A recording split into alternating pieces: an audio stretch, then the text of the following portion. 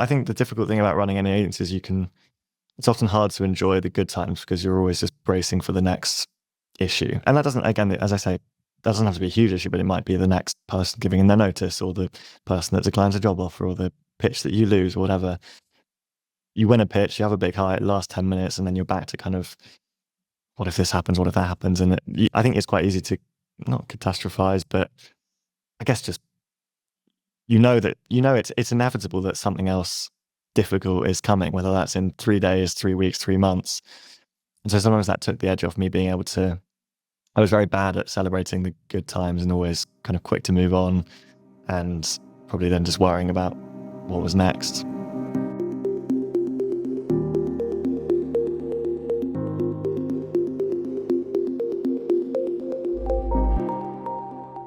Welcome to Exploring Emotional Overdraft with me, Andy Brown, and joining me today is Alex Price, who will introduce himself in a minute.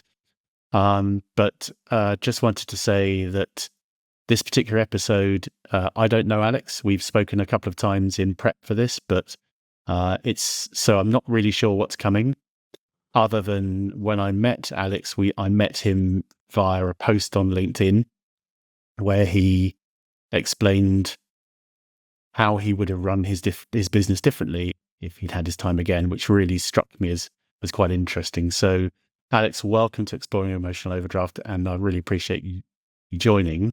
Could you just tell the listeners a little bit about yourself and how you got to where you are now? Thanks for having me. Sure. I began a long time ago freelancing, which in a short nutshell turned into an agency somehow, and I basically spent the majority of my 20s after dropping out of university building that into a digital marketing agency, web design, digital marketing, and grew that to about 35 people, and had an opportunity to sell it in 2022, which I did. Spent 18 months or so working for the acquirer, and now have recently adopted the LinkedIn title of exited agency founder, which is the best I could come up with for now, as I kind of figure out what's next. And so that was a highly compressed version of the last nearly 10 years or so, but happy to go into more detail on any bits which are useful or relevant. So what we've got already is this is someone who started very young. The freelancer story is not uncommon. You sort of find yourself with more work. You need someone to help you. Suddenly you've got staff. It's growing. You're 35 people. You're running a business that, where a year or two beforehand had been simply just doing the work. And I think that's where your LinkedIn post came from, which was how it felt. You'd had some time to reflect on how it felt at the time compared to with a little bit of perspective. So can you share, not try and regurgitate the article, but what was it that you were saying in that post, and where was that coming from? Yeah, so I think I'm in an interesting phase or period of life, I guess, of having built something, sold it, and now, as I mentioned, being in that process of trying to figure out what's next. And in many respects, being in a super, super fortunate position of kind of having a fairly blank canvas to kind of think about how I want to build what I want to build next. And I don't know what I want to build next, but what's been interesting is having some time to reflect on, I guess, the journey of building the agency before I sold it, and starting to think a bit about like what matters the most in terms of when I start something new, how do I want to go about it, and what comes first? Is it about the work and the idea, or actually do I want to prioritize other aspects of my life and build work around that rather than vice versa?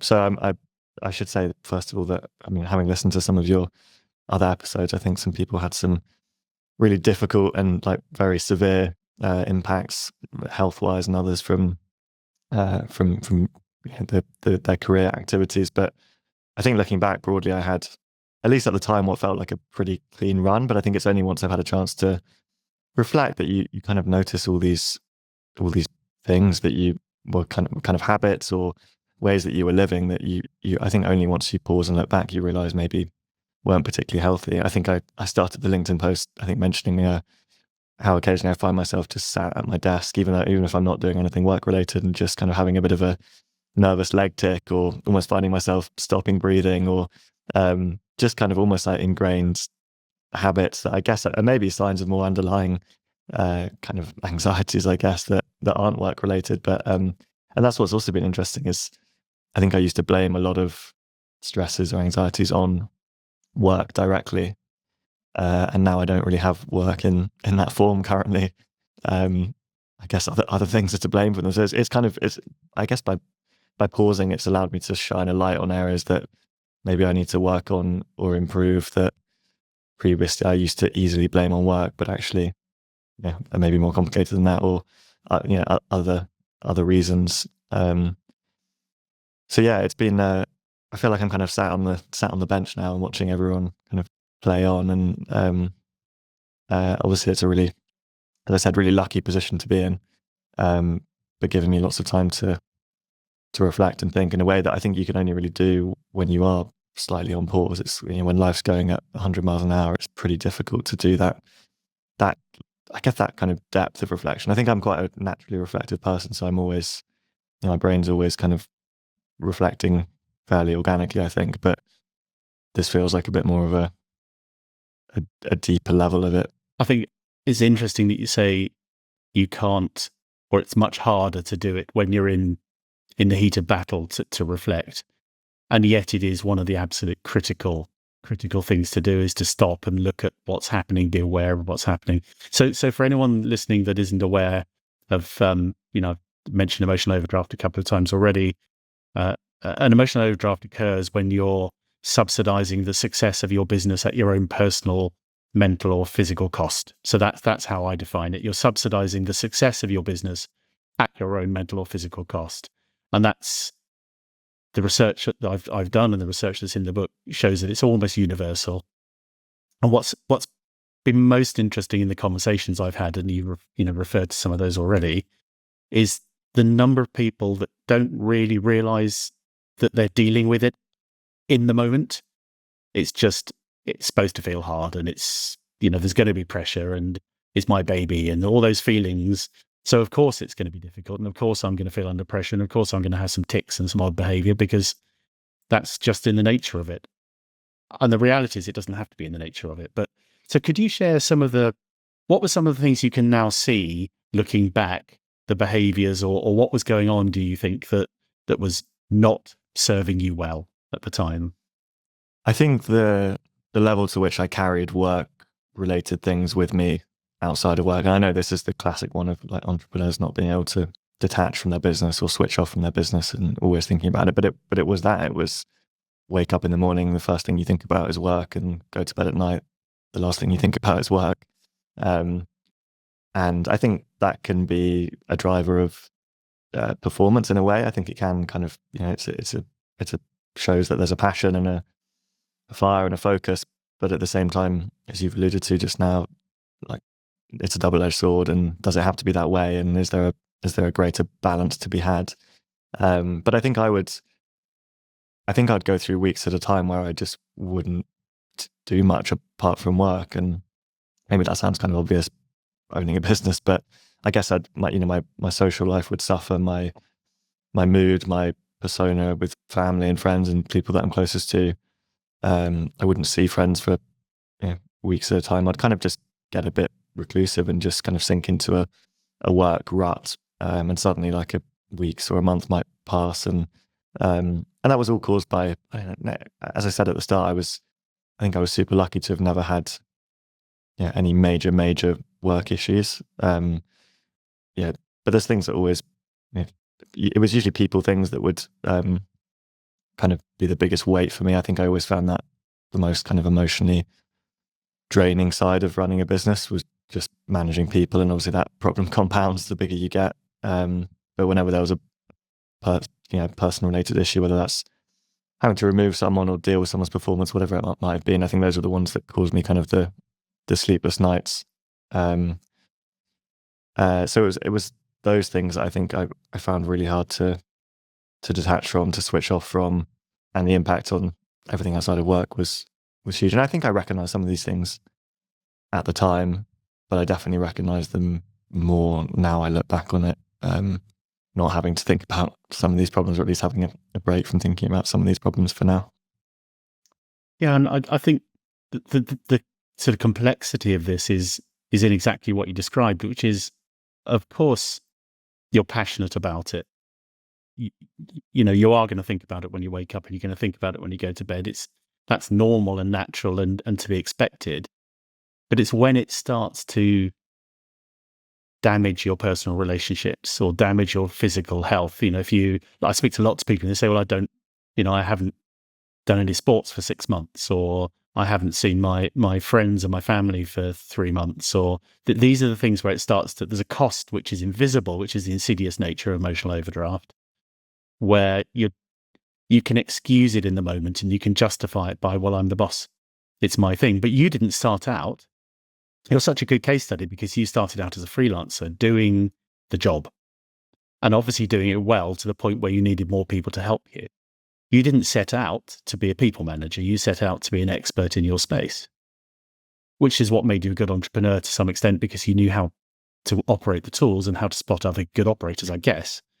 But you definitely didn't set out to be someone who employed people and had timesheets and learning and development programs and redundancies and laying people off and people doing stupid stuff at the Christmas party and all the stuff that happens when you have 30 or 40 people mixing along together. Yeah. And I think particularly being young, you know, I think the first maybe like 5 to 10 people I hired were all older than me. You know, I hired the first 2 people when I was 21, I think. That was 2015. So yeah, 21, 22. So yeah, it was, I think there was a real mix of kind of, I guess, some imposter syndrome, just like weird context switching stuff where I would like I was living at home in London, and I would like, my dad would like ask me to unload the dishwasher before I left for work, and then I'd have to like 15 minutes later be in CEO mode, and to go from like being a child at home or feeling like one in that moment, not always treated like one obviously, but to suddenly having to have a difficult conversation with someone, or I don't know, pitching a big client or something. Those are all kind of weird things to navigate. And I mean, even I still laugh that even 3-4 years ago, I would occasionally go to new business meetings and someone would say, oh, what do you do? Are you an account manager or something? And people would just assume, because I look relatively young, hopefully still do, that it wasn't my business or whatever. So I had lots of moments like that, and ended up kind of leaning into them and embracing them and quite enjoying them and finding them quite funny. But yeah, I remember the first time I hired someone was, I think my luckily only kind of true case of burnout was hiring first 2 people at the same time. I was freelancing with a few other freelancers, won a big project, and I needed a designer and a developer basically at the same time. And I think I ended up in bed for basically 2 weeks after they started on a Wednesday, and by Thursday I was just out for. So I had these 2 new starters in an office, and I could barely make it into. I was kind of crawling in because I felt so guilty and it was weird that I'd just hired them and then I was nowhere to be seen.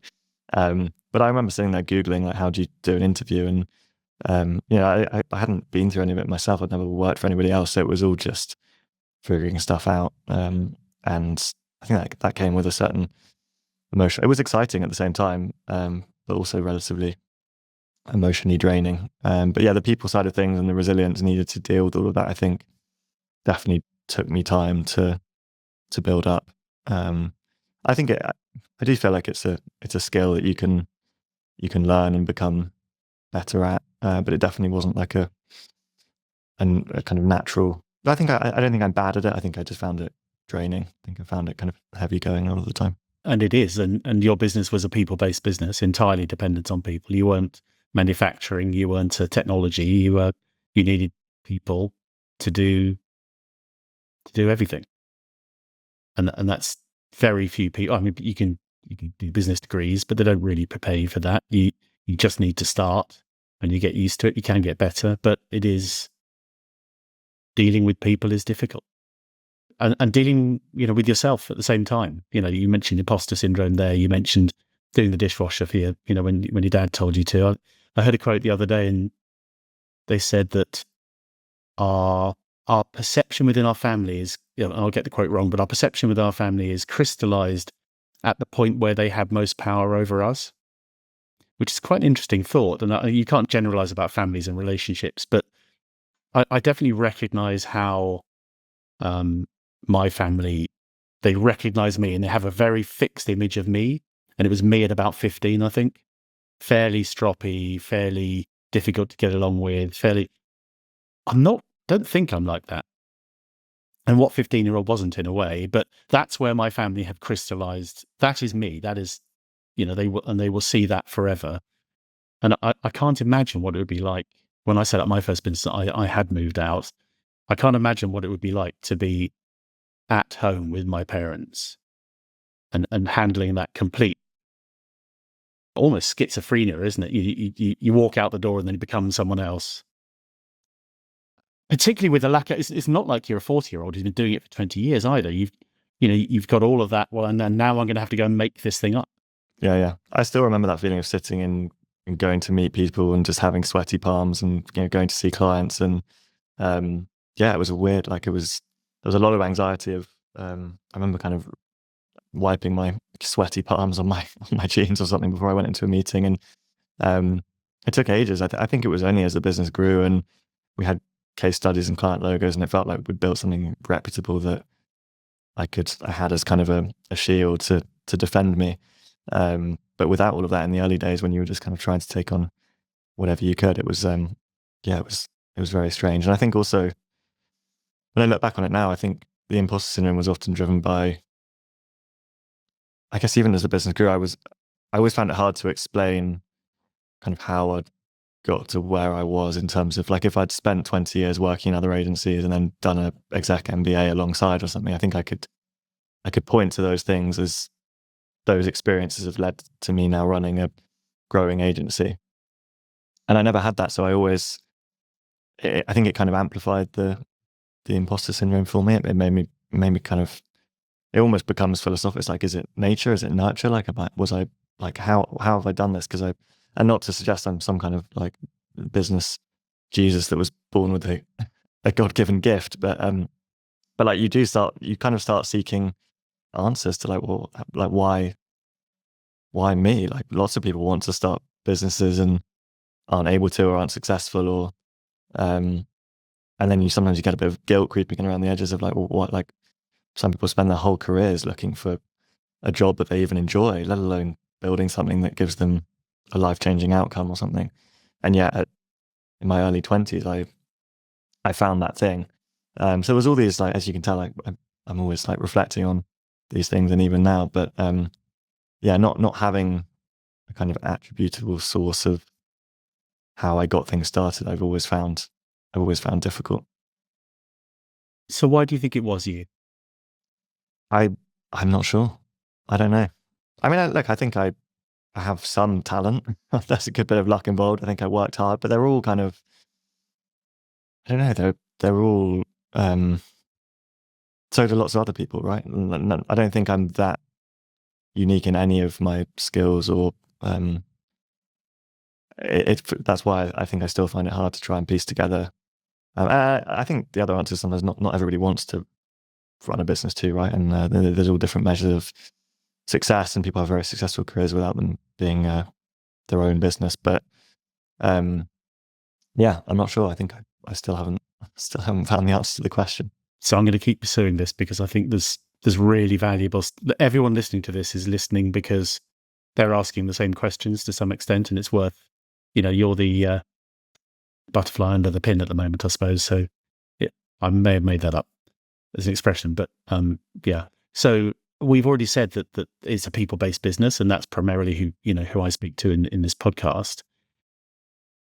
How are you with people, do you think? Do you think you recruit well? Do you think you spot talent? What happens there when you started recruiting people? How did you approach that? How did you not what was your methodology, but what were you thinking when you were doing that? I think I generally did a good job of it, and I think I do have a relatively high kind of level of emotional intelligence. I think I can read people fairly well. I think I can, within a few sentences of just looking someone in the eye and having a conversation, get a relatively good kind of gut feel judgment on people. So I think as I said before, I don't think I'm bad at it. I think it takes energy out of me that requires some effort. It doesn't come naturally. I think I'm relatively introverted naturally as a person. So maybe it's as simple as a kind of introvert extrovert thing, but I think it just takes effort. But I think when hiring was always, I think we had a pretty good run. And when I talk to other agencies now, they're always kind of like, how did you hire so well? And how did you not have as many issues or have to deal with as many kind of underperformers? Because I think, the first two people that I mentioned, one of them, Nicola, was our head of design when we sold. So was with me for the entire journey. And we had lots of other people that were with us 4, 5, 6, 7 years across the business that was only 7, 8 years old when it sold.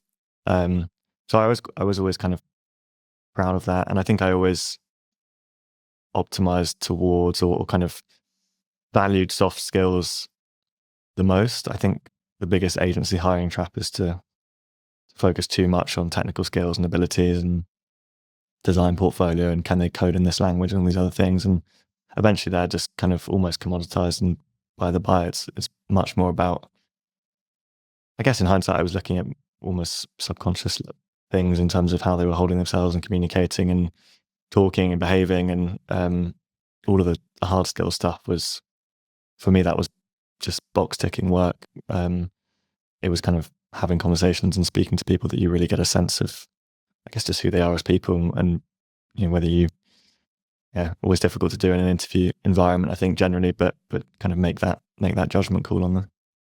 I recall my first job interview from the job I got in the end. And I discovered afterwards, it was the first interview that the guy had done, the guy called Mark. So it was his first job interview as an interviewer and my first interview as an interviewee. And he asked me some questions and I blanked. I just froze. I was about 20, I suppose.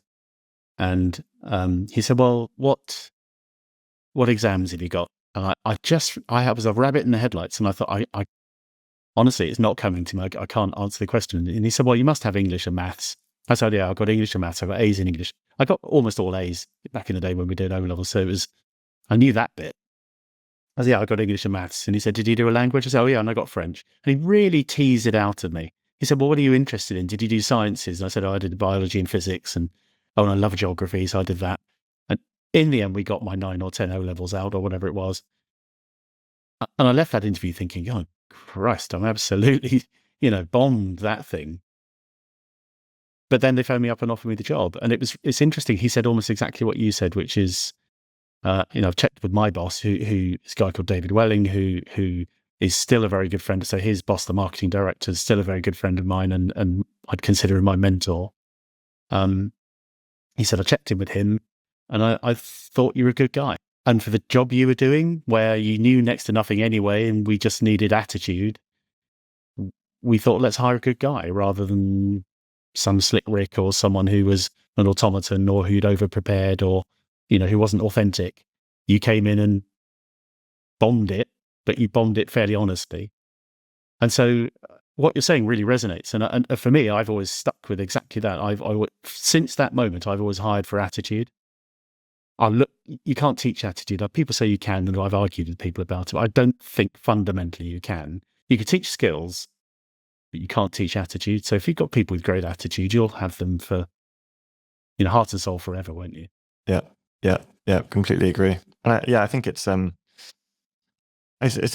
a learning experience. I think any hiring process, but I think focusing on attitude, and I think it's so easy particularly with technical talent, as I mentioned, designers in particular. It's so easy to get kind of be in awe of their design portfolio, or to look at something they've built and just get too focused on those kind of things, and then you realize actually culturally or attitude wise, probably not the best fit. And you need to have the base level of functional ability, but I think attitude wise, it was definitely the most important part. And I guess for the book as well, it's hard to know what was someone's work and most work is created collaboratively one way or another. You've got a good client with a good brief, with a decent budget, who allows you to do the good stuff. You work with other people. So when you show it, you go, well, here's my work. you didn't create that in a vacuum. So it's not a very reliable source of assessing anybody, I suppose, their creativity in terms of a bit of work. Exactly. Yeah. Yeah. Yeah. So you've got this idea that you're empathetic, you said, and that you hire well. My suspicion tells me that you delegate well as well. So when you hire these good people and they stayed with you, and I'm picking this up not from anything other than they stay with you for a long time. And I know that if you don't delegate well, people move on. So what is that true potentially, or did you struggle with that Yeah, initially? Or I think it is. No, I think what's funny is that I kind of joke with people now that one of the keys to success was that I was distinctly average at designing and developing.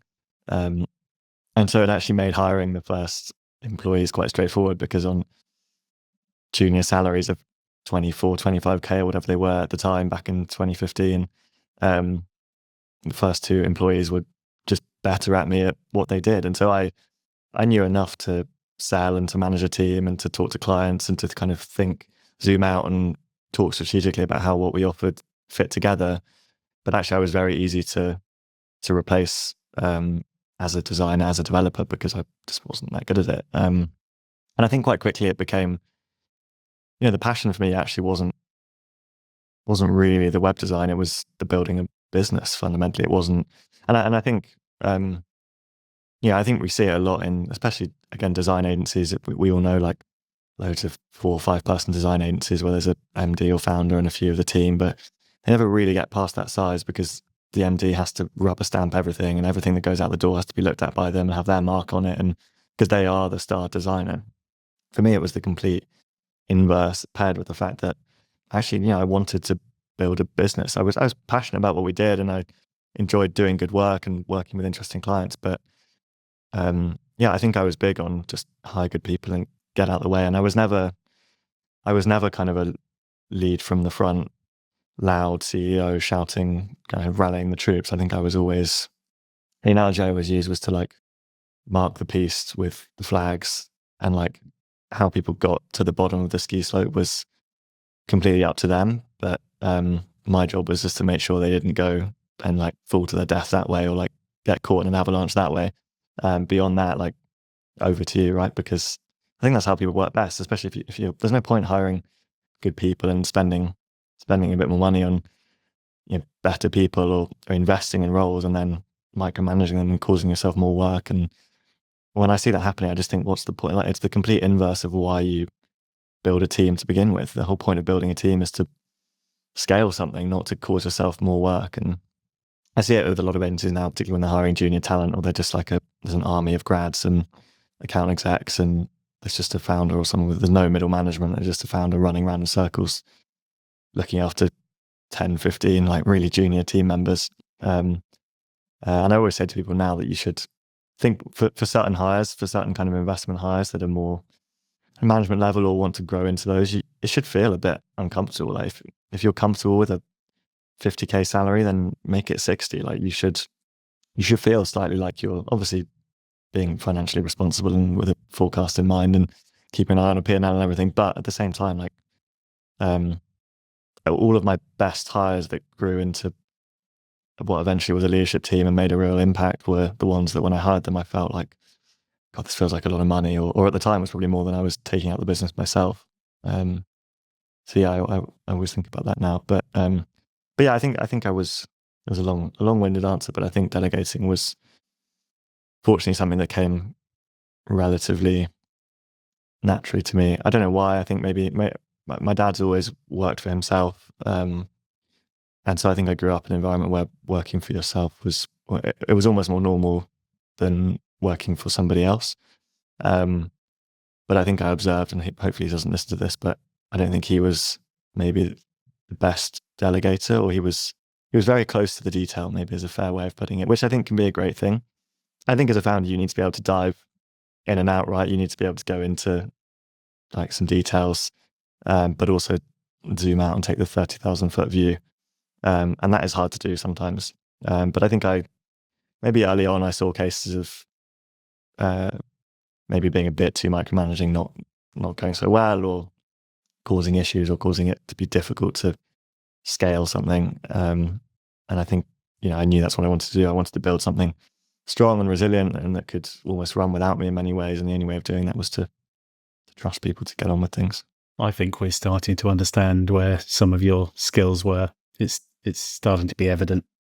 So, gosh, there's so much to unpack in there. And I always encourage people to, listen through to this conversation, then listen through to it again and start making your notes, because there's so much to unpack, and we'll obviously put a transcript in as well. But it sounds like you hired, not all of your eventual leadership team came in at the bottom and grew through the business, and you weren't going long enough for that to have happened, unless it was your first 5 hires, which seems unlikely.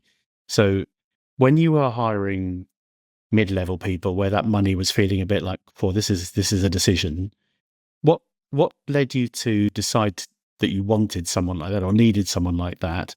And then how did you go about it? Because classically, all the books would say those mid-level hires are the really tough ones to hire. They come with experience and all the other good stuff, but they also come with ways of working and behaviors that need to be untaught and tend to be a little less flexible and so on. So how did you go about spotting that you needed those people and then bringing them in and allowing them to thrive?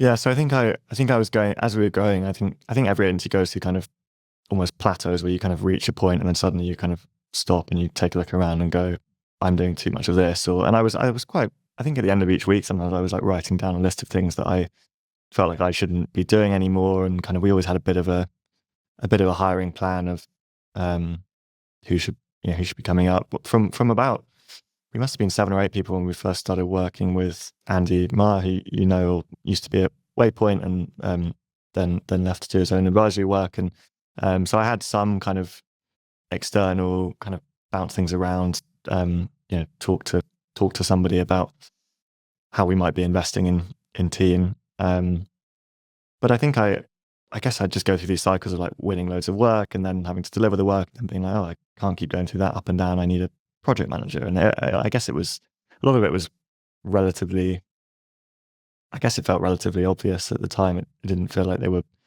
super, super complex. I think the reason we didn't hire anyone more senior was, well, A, probably because we couldn't afford it at the time, but B, also I think what you described is even more difficult when you hire even more senior people. And I think I've seen this so often where agencies that are small or mid-sized and growing go and hire someone from a Dentsu or a WPP or something, and that person's taking a bit of a gamble themselves, but is just built for big agency politics and is used to having an IT team and a PA and all sorts, and it's just completely different. I think just because you can be in a senior role in an agency that's already big, the skill set needed to make a smaller agency big is just completely different. Like, they're not even, in my mind, they're not even completely related. You can be a COO of a 1,000-person agency, but if you joined when it was already 1,000 people and you left when it was 1,020 people, that's different to taking something from 20 to 60 people, like worlds apart. And I'm not saying one is harder than the other or easier than the other, whatever, but it's just different skills. Like, one is like hands dirty in the trenches, really, really scrappy, and one is probably in an agency that size more comms and politics and storytelling and taking people on journeys and all of those kind of things, which are, again, useful skills, but no link at all. So yeah, I think I always I felt like that middle level was a good balance of risk, where you could bring someone in at a slightly more affordable level, but if it all went to plan, they could grow into a valued member of a senior leadership team at the same time, which in most cases I think worked pretty well. It didn't always get it right, but in the majority of those cases it felt good. And having someone external like a board advisor was useful in that respect. Even Andy occasionally would join an interview, or he'd have a chat one-on-one with someone as a second layer of kind of interview, or just to get his feeling on them. So yeah, having some other reference points was definitely useful too. So what you brought in were not necessarily particularly seasoned, but more experienced than first jobbers, with the potential to be mid-level people, and then the potential to grow on and scale from there, rather than bringing in. Did you bring in any very senior people at any point in the business? I think the most senior person I ever brought in was a kind of project director level role, who eventually became our ops director, Graham, who I think grew grew naturally into that role. But that was the most. He was effectively a very experienced project manager at that time, and eventually his role grew into a much more wider agency operations role. But, I mentioned Nicola, our head of design and UX, who started as our first ever designer and grew into leading a design team of 3, 4, 5 people at various points. Matt, who was our head of development when I sold the agency, joined as a kind of junior to mid-level role and grew into head of development and was leading a team of, I don't know, maybe 8 people or something by the time he was. So there was a lot of great, and that was one of the most rewarding things I think of growing an agency, was seeing people themselves grow and develop leadership skills. And it's not easy, because I think a lot of, particularly in design and development, people don't want to give up the work often. They are designers because they like design, and developers because they like building things.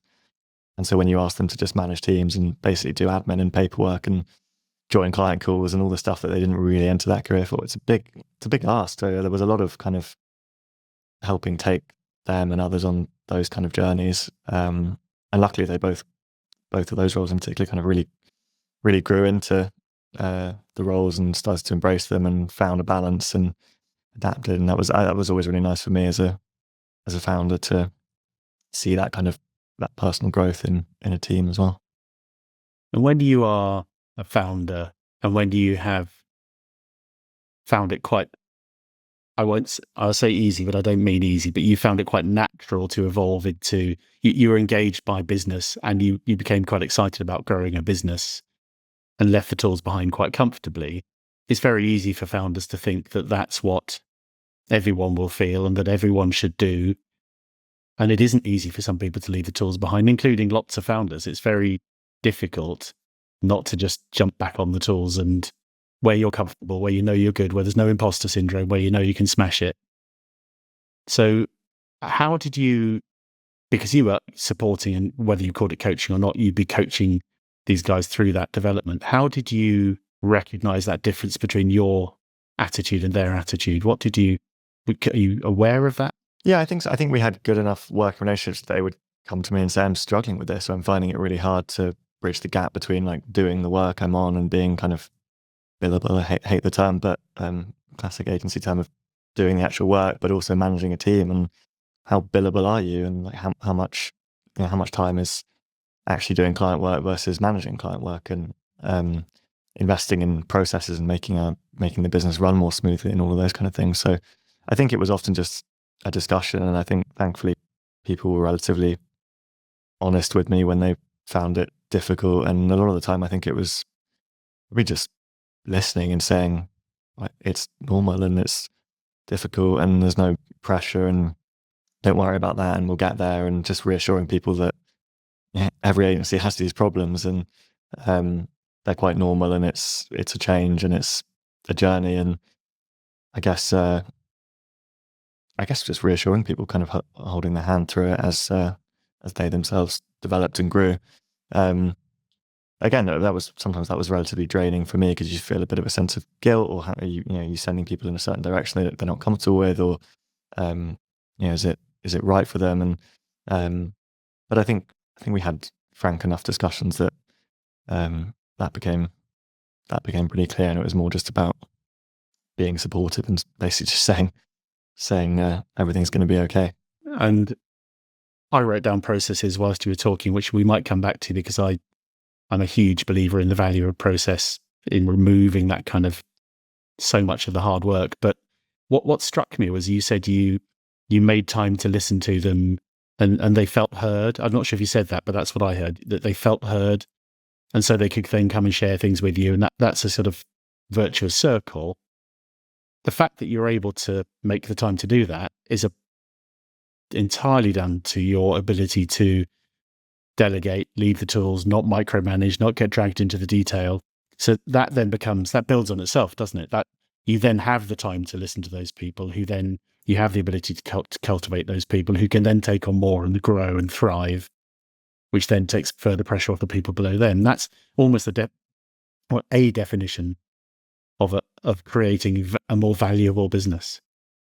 Yeah, and again, I don't know. This is why when I look back on like why or how, I can't point to why I wanted to build that type of business, or how I had that view of things. I remember reading Built to Sell as a book a long time ago, and thinking, not even before I kind of wanted to sell the business, but just I kind of liked that idea of having something that I took a great sense of pride in having a business that ran smoothly and felt like it was in a good shape for whatever reason. Like, and I think that started right when, when I started freelancing I was freelancing at 16 years old, working on sites like People Per Hour and these kind of freelance job sites at the time.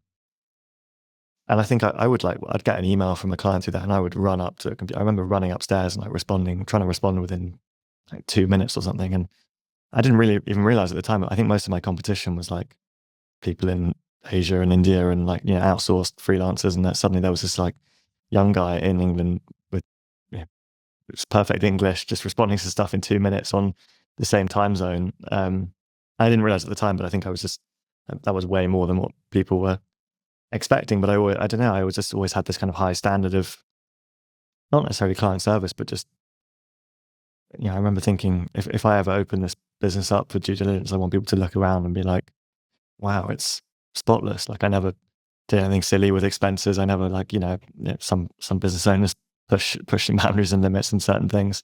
But I never did. I think I just always took pride in lying in bed at night thinking this is all like squeaky clean and in a good condition. I was just reminded of one agency owner I knew who a long time ago, and he's out of the business, but he built a golf course and managed to push it through on expenses.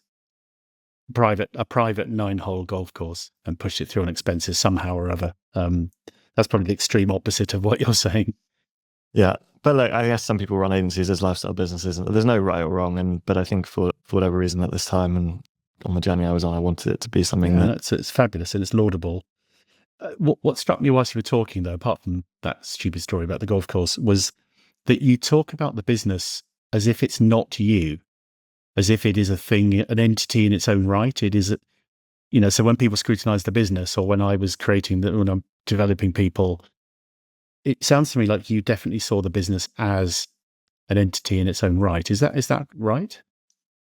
Yeah, I think so. I mean, I think I definitely struggled with detaching myself from it if things were, as I mentioned earlier, if things were going badly or if I was having a stressful time, I would definitely carry that with me, but maybe more driven from a sense of kind of pride or almost shame that it wasn't going well personally. But yeah, I think I definitely, weirdly, I never had the whole kind of, one of my most frequently asked questions is like, how was it selling your baby? Or like when you sell a business, and I've never connected with that analogy of it feeling like a baby. Like obviously I loved it and was proud of what I'd built, but yeah, in a way I never really felt that kind of. Do you feel more like an architect would about a house? Yeah, maybe. Yeah, I think so. Because it sounds to me from what you're saying that you designed this thing.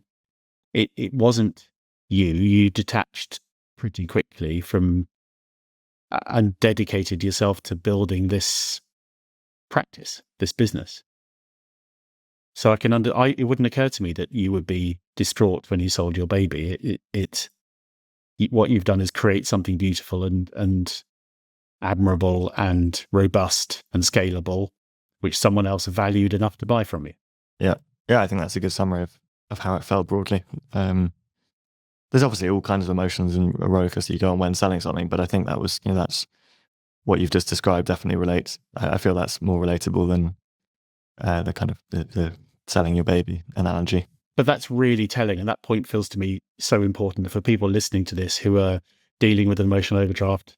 There's so many things you've said that I can pick out that I've observed and in my research and in my experience, where people struggle or have struggled to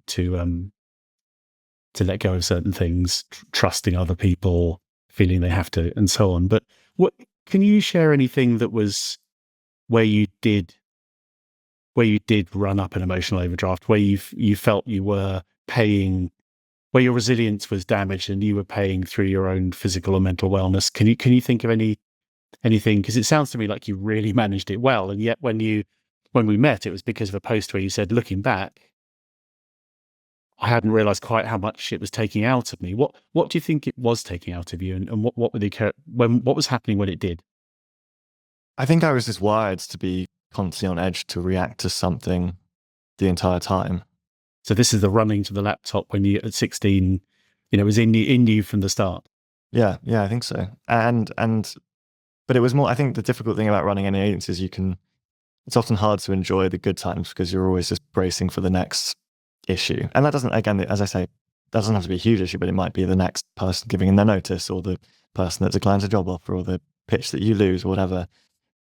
You win a pitch, you have a big high, it lasts 10 minutes, and then you're back to kind of, what if this happens? What if that happens? And I think it's quite easy to not catastrophize, but I guess just, it's inevitable that something else difficult is coming, whether that's in 3 days, 3 weeks, 3 months.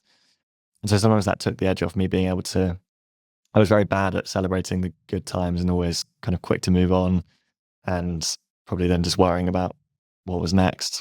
Which is human nature. I mean, that's the way we're wired. We're wired to look for the bad stuff.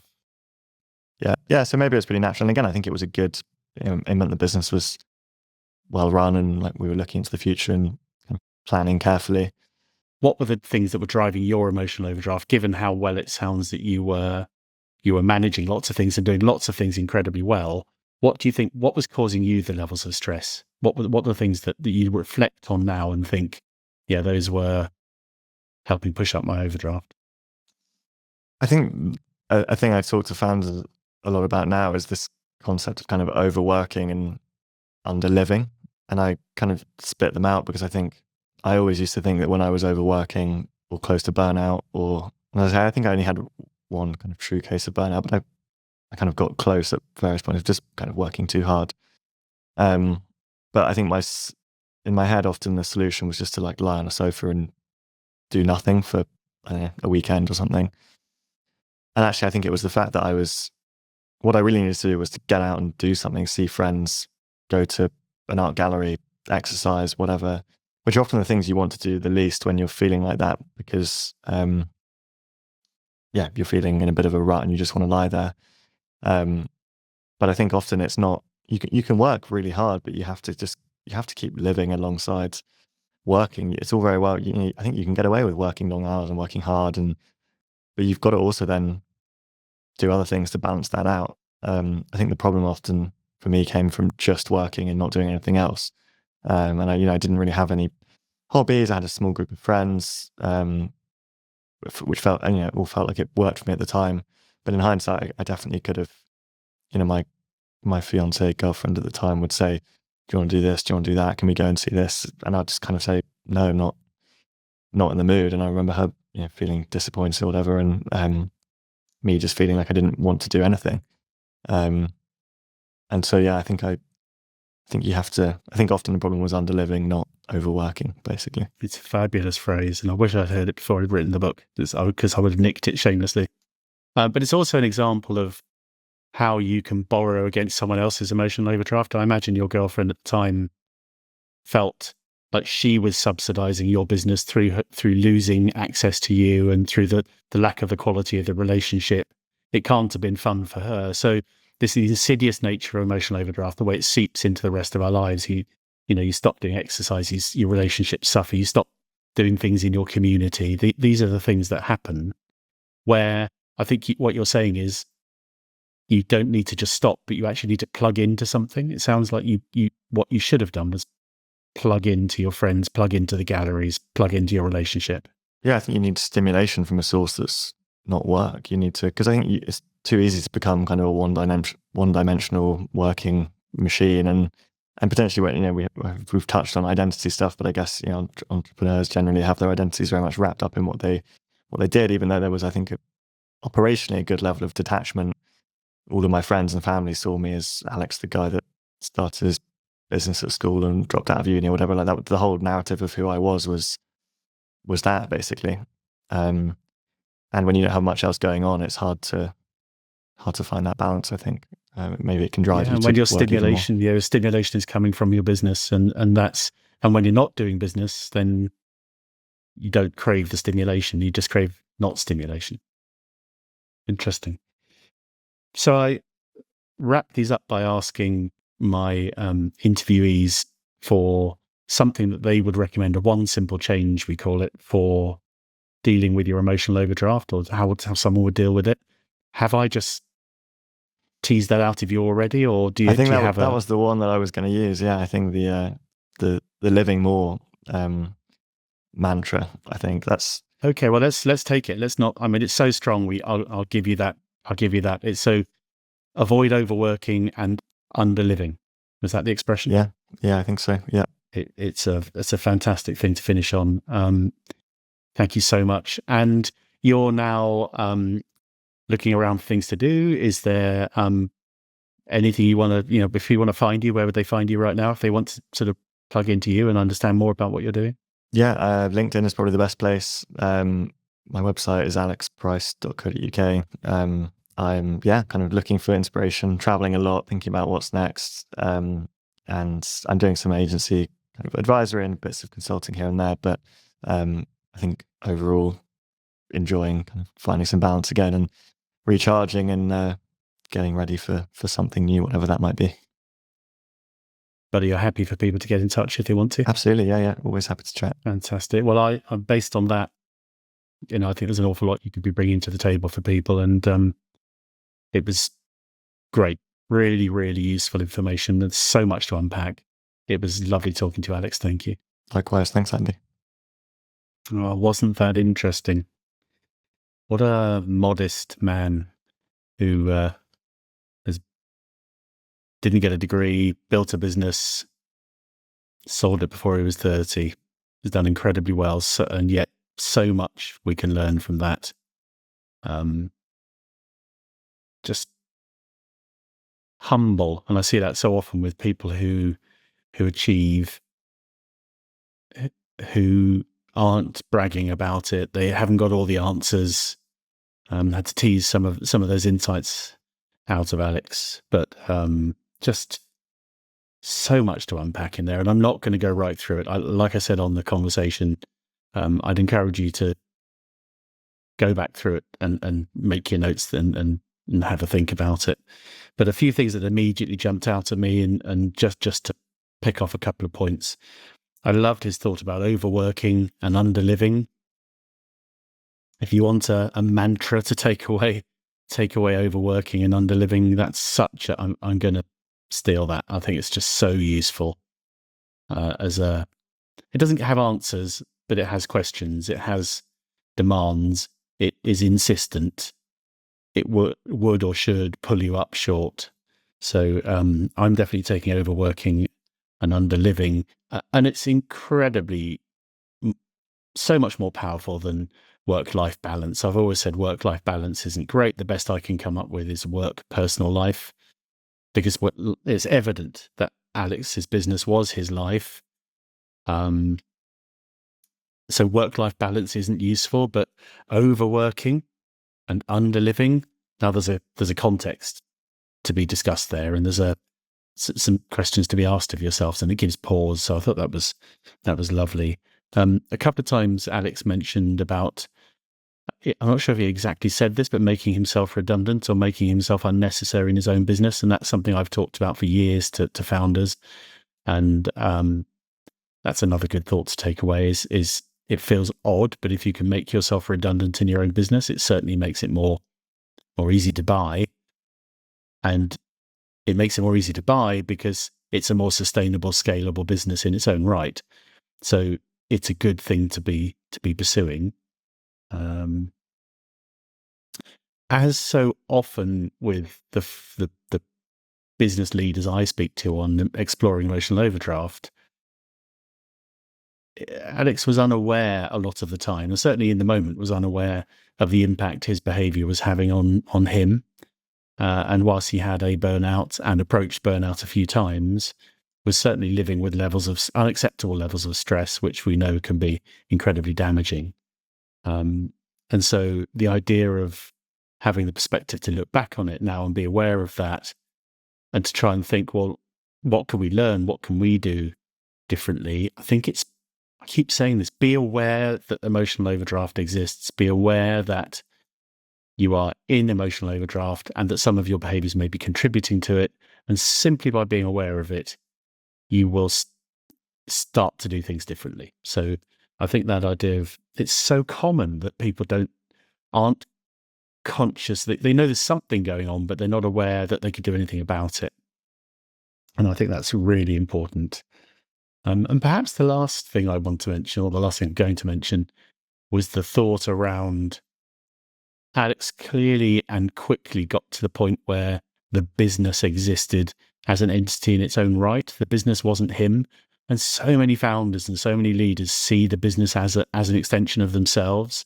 So when he said he had no problem selling it because it wasn't like losing his baby, it was more like an architect, designing something and handing it on. He was proud of it. He wasn't, worried or sad to see it go. Probably sad to see some relationships go or see some things change in that way, but not giving it away. And that the idea of the business existing and you being in service of the business is really interesting, and probably quite a useful reframing for some people listening to think, well, if the business is a separate entity to me, how would I function in relationship to it? And maybe that gives you just a tiny bit of distance or a little bit of opportunity to reflect on what is the business and what is you. And that takes us back to the idea of overworking and underliving, I think. So it's just so much interesting stuff in there, shared in a very honest way, but also in just quite a simple, reflective way. And maybe actually the last point I would say is find the time to properly reflect on what's happening. It's the best time you can get. And whether that's through a coach, whether that's through counseling, whether it's through talking to friends or someone you trust, or getting a personal board, which just you look that up, you'll find out what that's about. Take the time to reflect on why you're behaving the way you do, and that will give you the opportunity to recognize that behavior and then do something differently next time. So I hope you found that useful. If you did, please like it, follow the podcast, tell your friends. It's really important stuff we're doing with Emotional Overdraft, and I hope you believe that too. So please get involved. May your emotional overdraft always be tiny, and hopefully we'll see you next time.